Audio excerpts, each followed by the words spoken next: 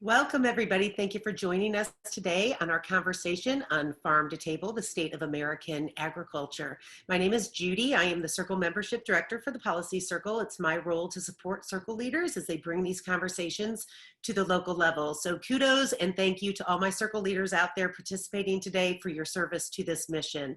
And thank you to everybody participating for your past and future generous support of the mission and work of the Policy Circle. Before we get started, and I hand it over to Sylvie to facilitate the call, I just need to go over a couple of things to make this go more smoothly. We are recording this conversation, so please turn off your notifications on your computer or phone by accessing your network preferences or your settings.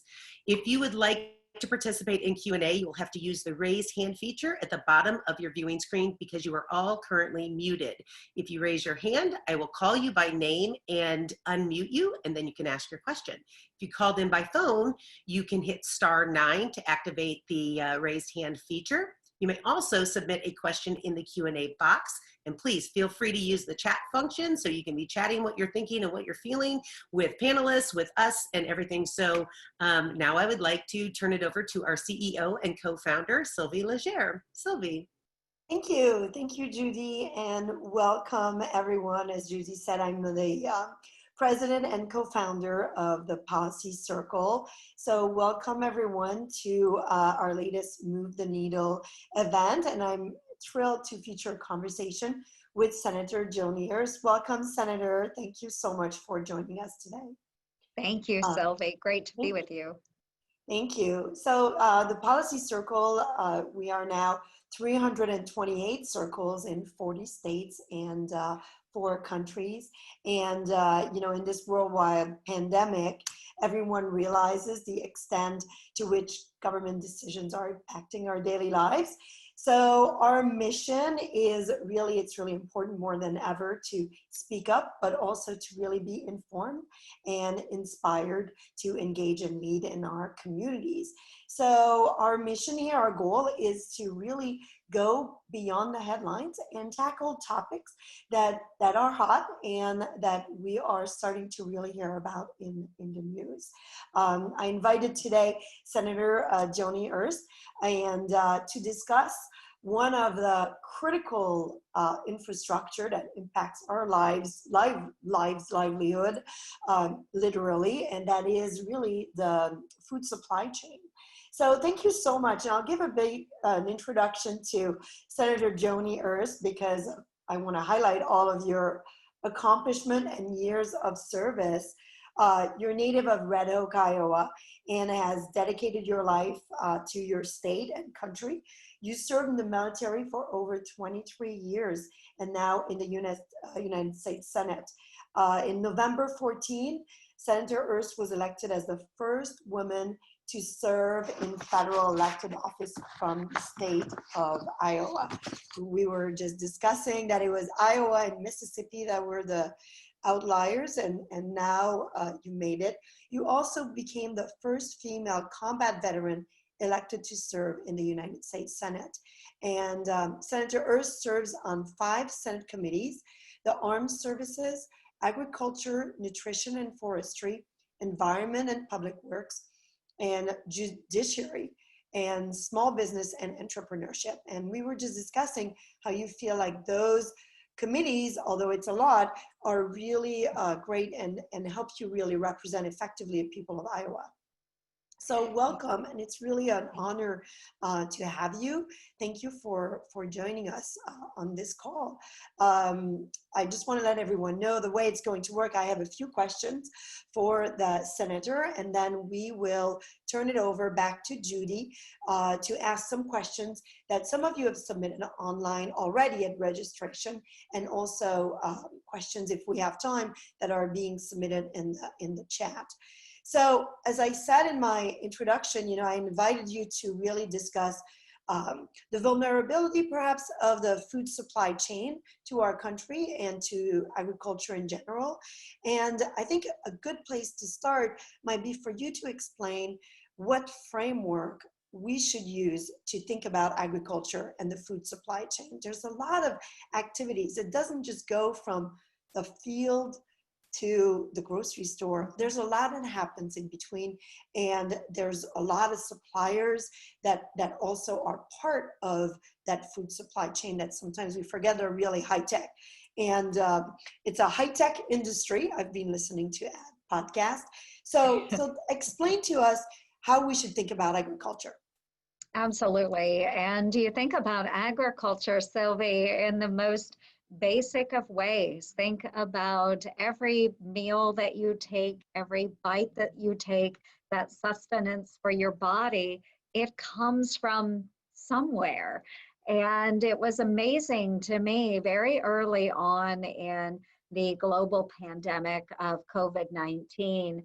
There was on a radio program a woman who made a comment about the support that was going to farmers. And she said, well, I don't understand why we need to support those farmers. We have grocery stores.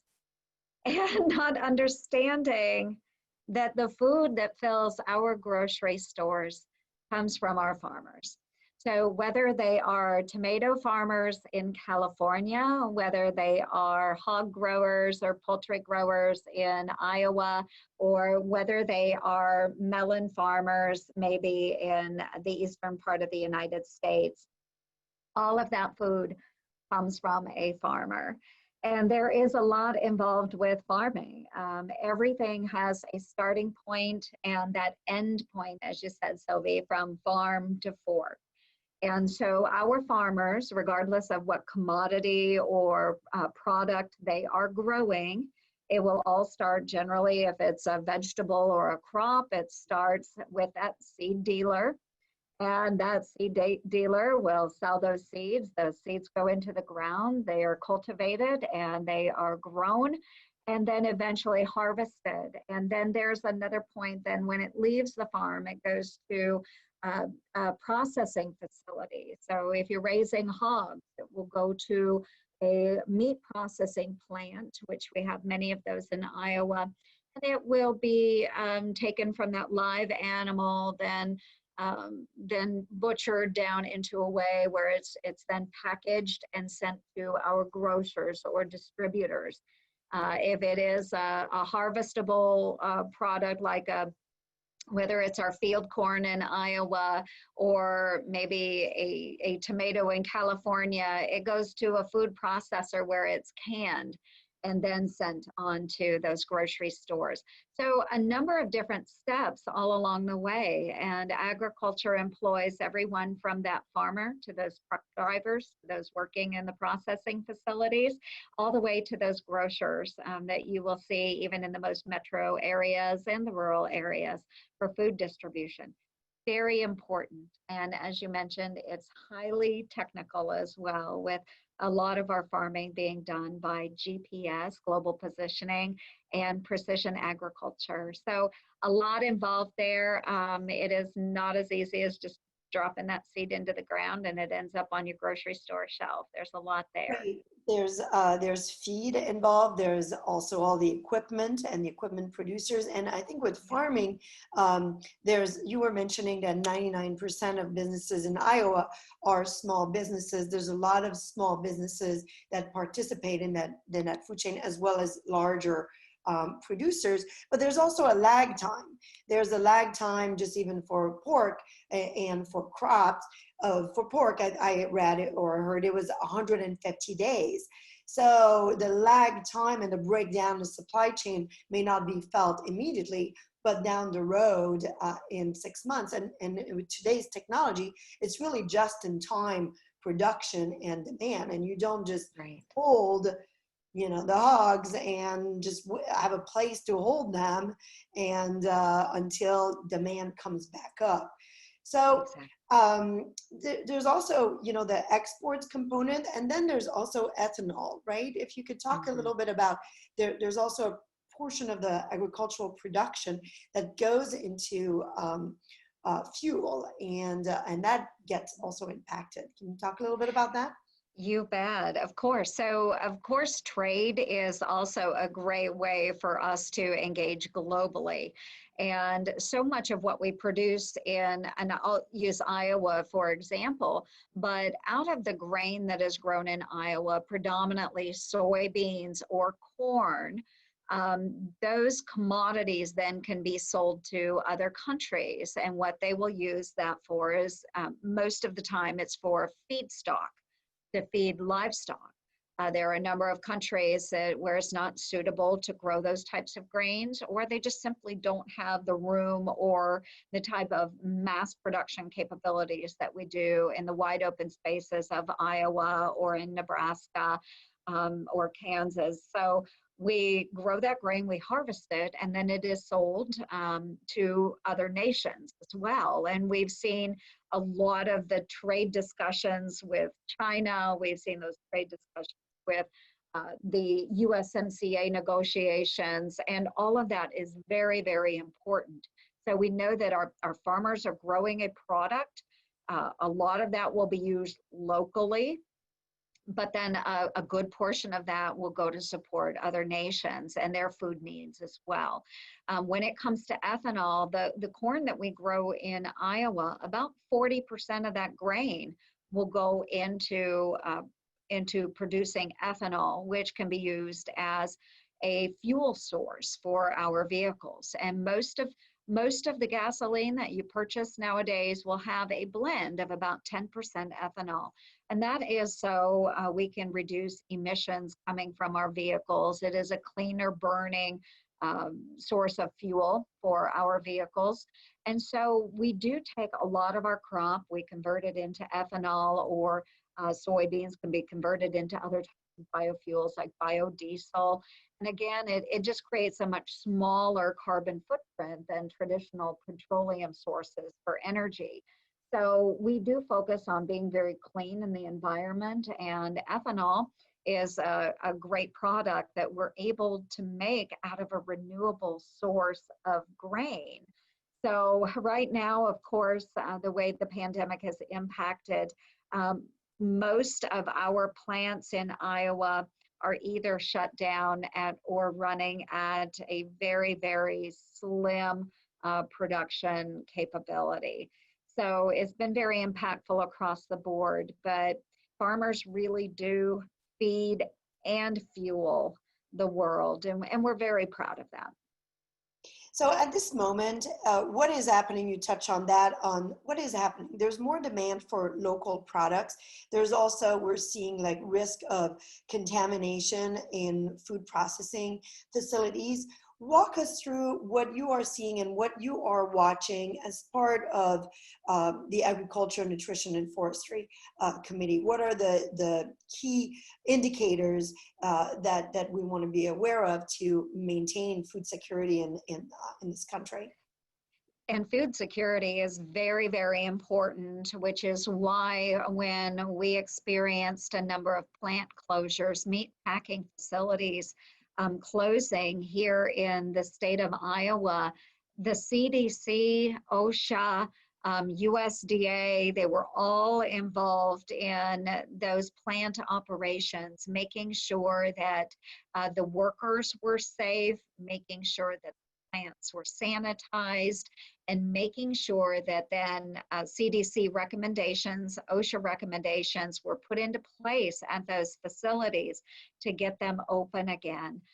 So what we are seeing in Iowa, and I always come back to my home state for the examples, but in those meat packing facilities, what we saw, of course, people working in tight quarters as they're working on a line. You have different cuts of meat that will come by on conveyor belts. And so you do have workers that are standing maybe shoulder to shoulder working with, pulling different parts of meat off of those conveyor belts and cutting them to the USDA standards, working in close proximity. Then if someone had COVID, it was easily spread amongst those workers. And so we had high concentrations of COVID-19 at our meat packing facilities.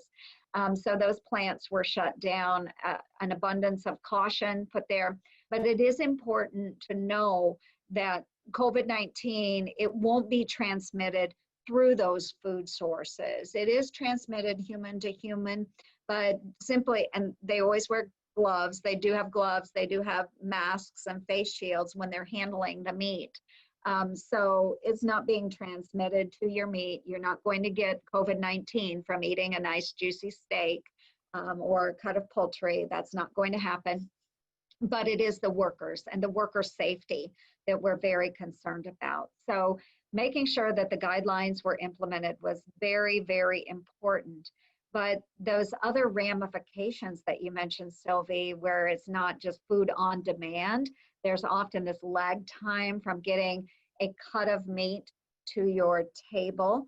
And it starts with the birth of, say, swine, so a hog, the birth of a piglet, the 5 to 7 months until it's ready for market. And then when it goes to market, it goes to that meat packing facility, then it has to be processed there, and then on to the grocers, to the meat department. So there is a lengthy period of time, and hogs, you're right, you can't just turn them out to pasture. That's not the way hogs are raised. They're not like cattle. So we've experienced a number of situations where we're euthanizing hogs here in the state of Iowa because there is nowhere to send them once those packing facilities close. So all of that great product that would normally be eaten by an American family or a family overseas is being wasted. It is going to composting piles. Those hogs are killed and then sent away where they can compost. And that's just the hard reality across the Midwest right now, is that we produce wonderful, healthy, nutritious food. And yet right now we struggle with ways to get that food into those families' homes that need it. So it's Yeah, it been just quite a breaks down process. if the processing, and this also apply for also plant-based products, Yes, because if the processing facility closes, then absolutely. there's no space, there's nowhere to send those Mhm. perishable product harvest, and then that gets wasted as well. So it's not just to meat. When we think of agriculture, what is the scope? And in this case, I think, like, if you could explain to us the priority and the scope of the federal government versus the state, and then also perhaps what is even left to the counties and the communities. You mentioned one is, it sounds like the priority is keeping those food processing facilities open so that the chain can continue. But throughout the chain, I guess, is the safety of the workers and keeping each component of the chain working effectively seems to be the priority. Absolutely. But divide, Mhm. tell us a little bit, you don't need to go into all the details because I know it varies by state, but what is the scope of federal government and when it comes to agriculture versus the states? Certainly, and that is an important question because there are different levels of authority all along the food chain. So your states might have certain guidelines for worker safety. Certainly, though, overarching is the federal government, and in a couple different ways. One, of course, is your worker safety.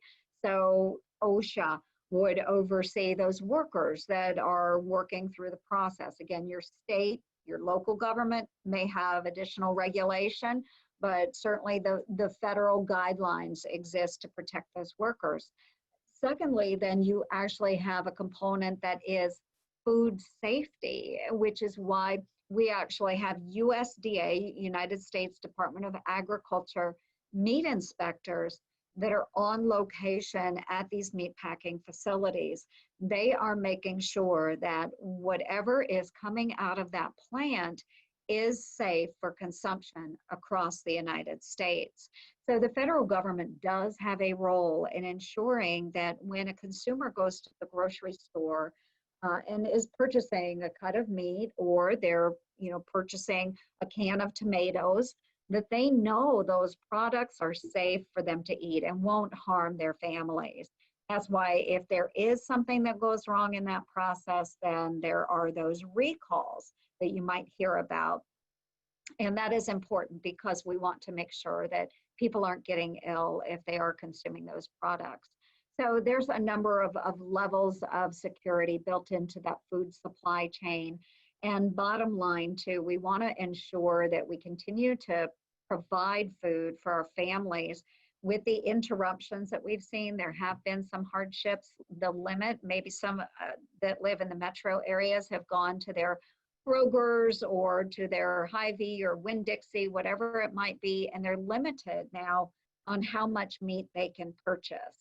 They're limited on certain items, and we want to make sure that we can continue to move food as quickly and as safely as possible from those that are producing food to our grocers' shelves.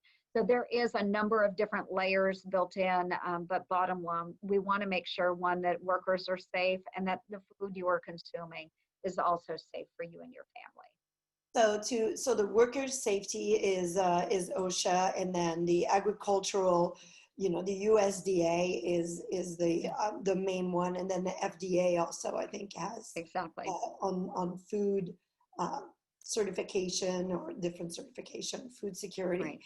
Now, what policies are currently being discussed in DC? I know there's some USDA rolling out some agriculture assistance, and maybe a discussion on foreign ownership of the critical food chain. We know that some of these processing facilities are owned by foreign companies. Is that being looked at, or how is that being looked at, and which committee is looking at this? Yes, and that is important. So yesterday, USDA did start taking applications for direct assistance for those farmers. And I've had so many people say, why is it necessary to provide subsidies for farmers? And in the COVID-19 pandemic, we could say the same is true for other small businesses. The federal government has provided assistance for those small businesses as well to keep them viable. And we recognize that, of course, bottom line, food. We have to produce food in the United States to sustain our own families. So it is very important, and you see this every year. There are various payment programs to farmers because you don't ever know when there's going to be a drought. You don't ever know when there is going to be a flood. A lot of hurricanes will get a lot of attention, but when you have flooding in the Midwest, really doesn't garner that much attention. I know between Nebraska and Iowa, Kansas and Missouri, last year we had such extreme flooding. Some of my own communities in Southwest Iowa, they were underwater. That farmland was underwater. We had communities underwater for 9 to 10 months of the year. And it didn't garner a lot of national attention, but unfortunately, those farmers weren't able to farm their land. They lost all sorts of income, and in exchange too, then there aren't those commodities that are going to market, and it drives the prices for consumers up and up and up and up. So the federal government will step in with those support programs and make sure that we do have safe, reliable food sources for Americans. So that's an important part to that. But there's other types of programs as well that will go to farmers to make sure that they are engaging in conservation techniques. So we do want a cleaner environment. So there are some incentive type programs for farmers to install grass buffer strips to make sure that topsoil is not running into our drinking water sources and so forth. So there's a lot of different layers of protection, not only for the farmer, but the American consumer too, that end purchaser, making sure that they are not paying through the roof just to get a tomato or a cut of meat at their local grocer. Yeah, so that's interesting. So if I'm to recap, so one is maintaining the food production US based, so we can always be independent in food security. And I think we rank number 3 in the world in terms of food security. And then the other is keeping the prices, keeping food affordable in case there is less production and a disruption in just the production due to natural causes. And then also to protect the environment, so helping them implement practices and explore with environmentally efficient practices in agriculture. So that's really helpful. There's also, one thing that like, and I'd love to turn it over afterwards to Judy for questions from the audience, but what can people do to better participate in policies that impact agriculture and the food supply chain and be kind of informed citizens on this topic? Mm-hmm. And I think it's wonderful when people want to know where their food is coming from, that they want to educate themselves. And I think it starts with that education piece. And I have grown up and been around agriculture all my life. I grew up on a corn soybean farm, and we raised hogs as well. So I've seen kind of the gamut of, from start to finish, what our food products look like and how they are raised. But a lot of other families and men and women don't have that same opportunity. And so we really do want to educate. One way to do that, there are many communities that have local farmers markets. And these will oftentimes maybe be smaller farmers that live within your community. So they might be neighbors, they might be friends or acquaintances, but you can start there by just asking certain questions of those that are selling their goods at farmers markets. And they're happy to walk you through that process, what they experience on their own farms. But if you want to become more engaged, even certainly getting involved with local elected officials, especially if you're in an agricultural community. There are many times there are farmers that will open farms tours. So whether it is a poultry operation, a cattle operation, just even a row crop operation, we were just talking about strawberries earlier, strawberry fields. Certain farmers are very proud of what they do and what they provide to their consumers. And so they will open up for tours. So if you know, you can always go through a local farm bureau and see if you can get set up for a tour. But there are great ways to educate yourself, and not just on the internet or through books, but also by talking to the actual people that are engaged in farming and producing our food. And they are happy, and they're very proud to tell you what they do and how they do it. Well, great. Yeah, I mean, we just take it for granted. So it's a good idea to be reminded of looking and understanding agriculture in each of our states, because it exists in every state. So we always think of it's only in those agricultural states, but it's actually everywhere. So Judy, I'd love to turn it to you. I'm actually on time doing this. So Judy, we have several questions, and we also have the chat line that's busy. So I'll turn it over to you for some questions from our audience. And thank you to all of you who submitted questions. Thanks. So Randy Kendrick put a question in the Q&A. Randy, I have unmuted you. Would you like to ask your question? Yes. Can you hear me? Yes. I can, yes. Okay. Senator, thank you for your service. I certainly thought about all of you who serve on Monday. My question has to do with the security of the food chain and contamination.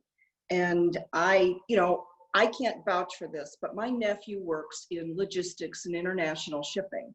And he recently called me because he was upset about the way that apple juice, that he's arranging the shipping, used to come from these farmers up in Washington and Oregon. Suddenly it's all from China and I think Brazil or something. And it comes in these large plastic containers, and he said they're pretty disgusting, really. And then they have to dispose of them in landfills so they don't disintegrate, where they used to be shipped in large steel containers that we could sanitize and reuse. And it bothers me that I don't know where my food comes from sometimes. And I'm very interested in what you think about transparency in country of origin for all products, not just food, but supplements, medicines. So if somebody buys a little can of apple juice, it will tell you what country it comes from. And Americans can make their choices in the free market. Anyway, I'd like you to comment on that. I think a lot of women are concerned about contamination of food and sourcing of food. Absolutely, Randy, and it's great to hear your voice. And this is a concern, and this is an issue that I have really been pressing the White House on, because especially during this pandemic, we've had kind of this awakening across the United States. Even those that weren't concerned before the pandemic, now they are concerned about our food safety and where those products are coming from. And I think it is great that we can source so much of what we consume from right here in the United States. But I do think there has to be a level of transparency about where those products are coming from, how much of the product is maybe foreign sourced or from here in the United States. And again, we do have a very high standard. We have FDA, we have USDA. They are out there checking on these different products to make sure that they are safe for our consumers. But there are oftentimes, especially if you look towards China, which has been, kind of a sore spot here lately, we don't know that the standards they are applying within China are what we would expect here in the United States. And so those are things that we try and negotiate through trade deals. And, someone else who's involved in agriculture is the United States trade rep, maybe not directly, but certainly with the movement of goods into other countries, or those goods coming from other countries into the United States. And we do have spot checks that go on with what we're importing, but we certainly can't capture everything. And so we do want to make sure that we're growing as much as we can here in the United States and consuming as much American product as possible, rather than importing from those other countries that may not necessarily be aligned in the same types of standards that we have. So yes, it is a concern. I have encouraged the White House. I've spoken to President Trump. I've spoken to the Vice President about this, but establishing a White House office of food supply chain management. We want to know where those goods are coming from, and then know how to support our citizenry if we do experience other types of hardships like the pandemic. I think it's important we understand that supply chain, and not just with food. I think you mentioned drugs or pharmaceuticals or other supplements, but understanding, where is that coming from? And then how do we control that? So I think it's really important that we see this established. And again, we want to support free market. That is really important. But to do that, we need to make sure that the food is safe as well. Well, Senator Ernst, I think it'll take a long time to do many of those things. However, Yeah. it doesn't seem that it would be difficult to pass legislation requiring labeling transparency for country of origin.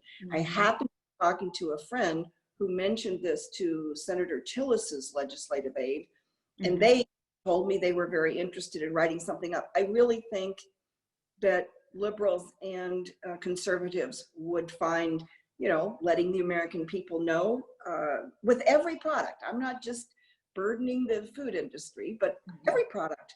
Why not know? Well, yeah, that's the label. Right. And labeling is an issue, and that, so we'll make a note of that, Randy. So thank you for bringing that up, and we'll make a note and kind of follow where this legislation is at, if it's being drafted, or where and who is sponsoring it. I think, Judy, we have a few other questions.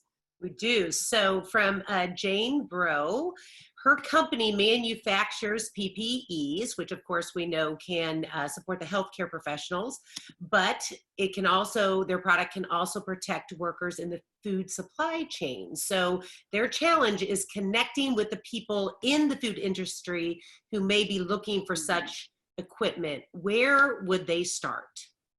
Well, and I can give Iowa examples, and if it's mirrored like this in other states, it would be important to know this.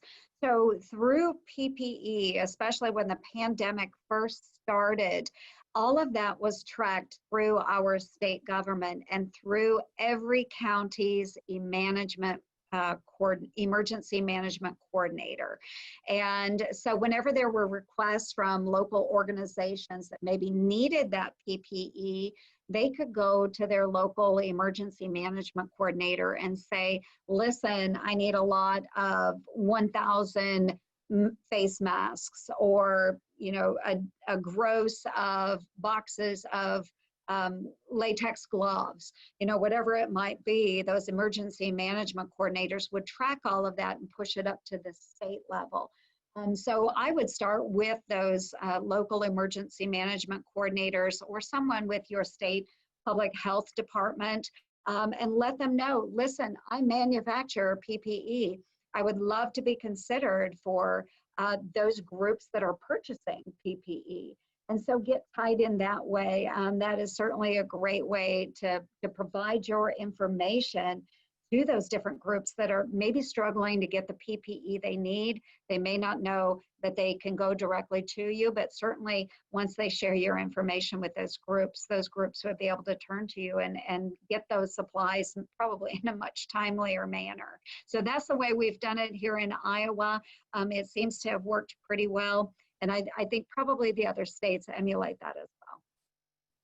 Thank you for that. So the next question comes from Rebecca Wilson, who is actually in produce.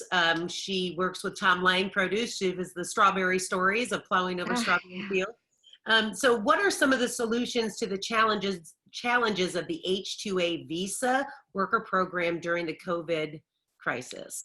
Yeah, this one is very tough. And the administration, as we have spoken to them, they want to make sure that we still have those H-2A workers, those agriculture workers that can be in place. They can engage in the harvest or the planting seasons, depending on where you're at. But what the administration wants to make sure is that they are not coming in from those hotspot areas, and that they may not be, they don't want them to transmit COVID-19, or should anything else break out. They don't want to see that happen. So we are working, and I would work with your delegation as well, and through your delegation, make sure the delegation is working with those White House officials. We know how important those H-2A programs are. We need them here in Iowa. We've been pushing the administration on this. We want to keep our workers, and we want to make sure that they can engage in agriculture so that we do have the produce that can go to our consumers. So I would certainly work with the delegation. All of us are banding together in various letters, various calls to the administration, just to share our perspective. It would be really important that your perspective is shared through your delegation as well. Sylvie, do we have time for one more, you think, or do you want to? I think so, yeah. So another from the Q&A came in. How does reliance of U.S. agriculture on immigrant populations destabilize our food chain? So this is kind of similar, because we are dependent on them coming in and helping us. We are very dependent upon those workers and the guest worker programs, those H-2A visas and so forth. And it's not just the immigrant population, but also being reliant on our own citizens as part of that labor pool. And what we are experiencing, and it's immigrants and non-immigrants at our meat packing facilities, I can share my Iowa example, is that we have the workers that are ill. And so now we have pulled them out of those plants for recovery, but we have workers that maybe were laid off early on. And these would be probably non-immigrant workers. They have status here in the United States, but now they're receiving unemployment benefits with an additional $600 a week. And so now that those plants are opening back up, those workers are saying, why would I come back to work when I'm making more on unemployment? So it's really, really a tough situation to be in. We're reliant upon a hard-working, ethically driven labor pool. And if we don't have those workers, the food supply chain falters. So whether it's immigrants or non-immigrants, we need to make sure that we have a steady presence on those farms in those processing facilities. And so we are very, very reliant on immigrant workers, but we also have a very, very hard challenge with our own US citizenry labor pool too. So we just need to make sure that the incentives are in place, the protections are in place to get workers go back to work. So yeah, it's interesting, I think, to learn. I think my takeaway from this conversation is really how agriculture is not just it touches absolutely everything, and every policy impacts agriculture, even the unemployment policies there. So thank you for sharing. I know I've heard that in conclusion, I've heard that you communicate with your team and you talk about the 4 pillars of leadership for women. And since you were a veteran and in combat, I'd love to hear those in conclusion before we wrap up this call. And I know you have to go, so it'd be great if you could share those pillars with us. Thank you so much, Sylvie. And there are, and I call them my 4 pillars of success. And these are different pillars that I've leaned on throughout my lifetime. And many of them came from my experience serving in the military, but they are leadership, service, gratitude, and assuming risk. And so those are the 4 pillars. And with leadership, just leadership is not about a fancy title. Leadership is about inspiring other people to follow you towards a common goal or objective for the good of your community, for the good of your country. So that's what leadership is about, inspiration. The second, service. Of course, many people serve in different ways. So that doesn't necessarily mean putting on our nation's armed services uniforms.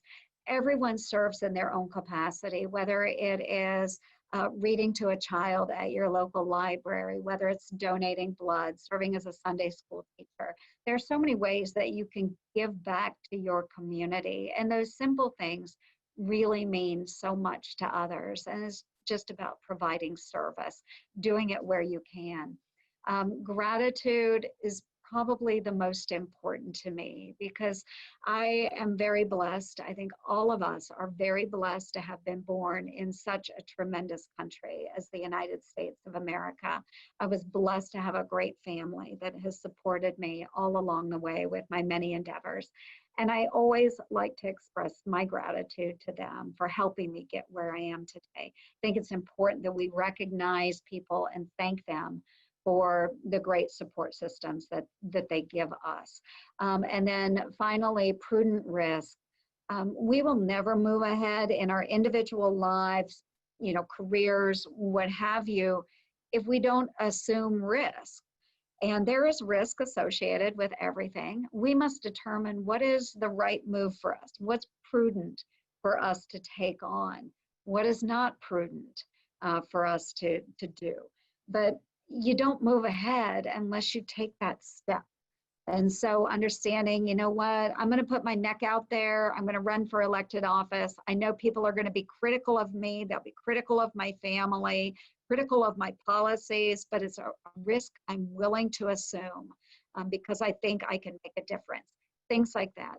Take on that risk if it is smart for you and for your family, for others involved. And those are my 4 pillars: leadership, service, gratitude, and assuming prudent risk. And with my gratitude, Sylvie, and all of the members of the Policy Circle, just thank you so much for letting me be with you today. Well, thank you. And thank you for sharing those pillars, because I think the assuming risk is one that is at the center of what is happening right now. And especially as we are reopening and we want to return to prosperity and thriving small businesses.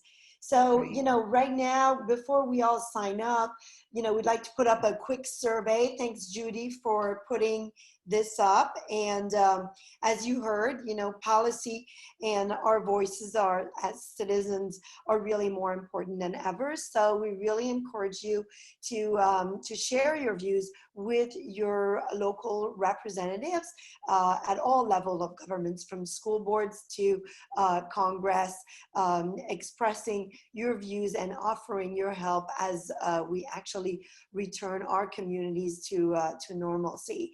So thank you, Senator, for participating and for you know, answering all these questions. I think I learned a lot, and we'll be posting everyone a recap of this conversation so you be able to refer back to it and also share it. So, you know, I'd like to remind everyone that we are a 501c3 and grassroots nonprofit organization, and we are grateful for your support to be able to organize programs like this and also provide you with the tool, the framework to gain confidence, to find your voice and really engage in your communities. So thank you so much. Thank you everyone for joining. Thank you, Senator, for serving and for taking the time to be with us today. I'm extremely grateful. So Such an thank you. honor. Thank you. Thank you.